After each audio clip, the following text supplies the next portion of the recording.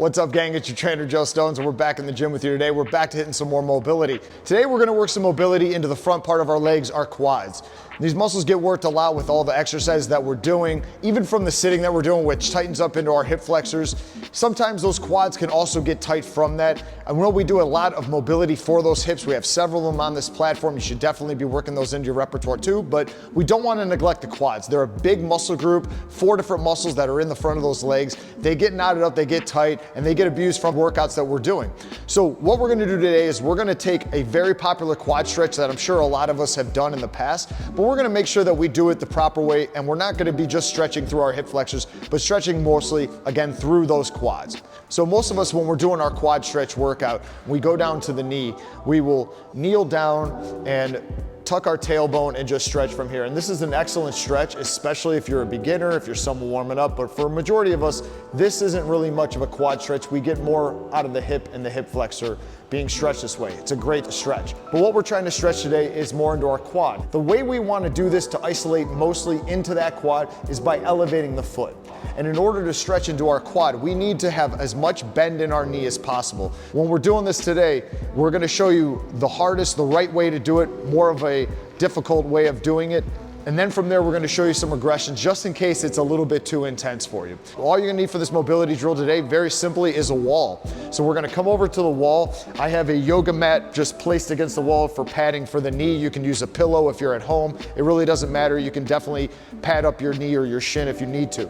So this is where we wanna be with our quad stretch against the wall. Our shins are flush against the wall, our knees on the floor. My chest is upright and I'm breathing, big diaphragm breathing, and I'm gonna try to spend 3 minutes here. Can't do 3 minutes, you get to a minute or so and you need to take a break, no problem. Just come right back to it. But we need about 3 minutes of this to help our body kind of relax and get used to being in this uncomfortable position. Now again, this might be a bit intense. You might not be able to lift your chest, and that's fine. We can come down with our hands to the floor and we're still staying with our hip pointed forward, our hip pushing forward and bending at that knee. So we're staying down here in this position and just holding. Again, big diaphragm breathing, flexing through our glute whenever we can. Big diaphragm breathing, trying to relax our system. Once the 3 minutes is up, you'll come on up, you're gonna feel a whole lot of pump into that quad, and you're gonna switch to the other leg and the same rules will apply. And once your 3 minutes is done there, then you're done. Again, this can be a bit intense. My legs are already really stretched out and pumped up from doing that, and a lot of us might not be able to do that at the wall, even with that bit of a regression. So let me show you what you could do if you can't quite go to the wall.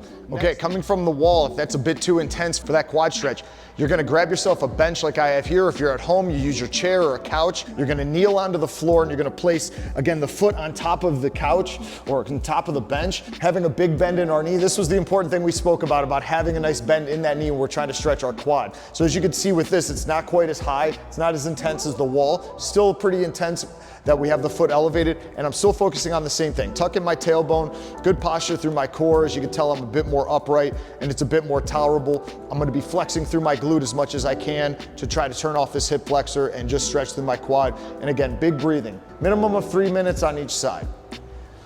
So once again, that could be a little bit too intense as well. It could be a bit high. All you wanna do is just start taking down the platform down a notch. So now we have a smaller box. All the same rules will apply. Kneeling on the floor right in front of it, and I still have my foot elevated, so I'm getting more into the quad. And again, that could be a little bit too intense as well.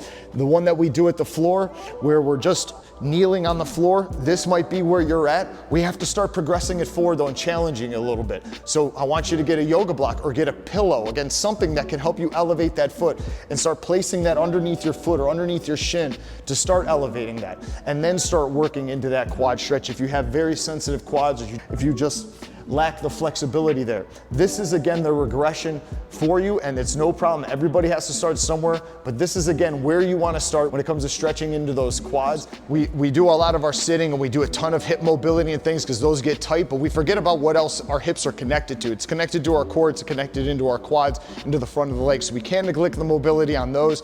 Definitely add this into your repertoire.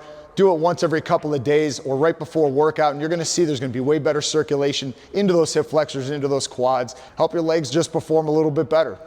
Let's get after it.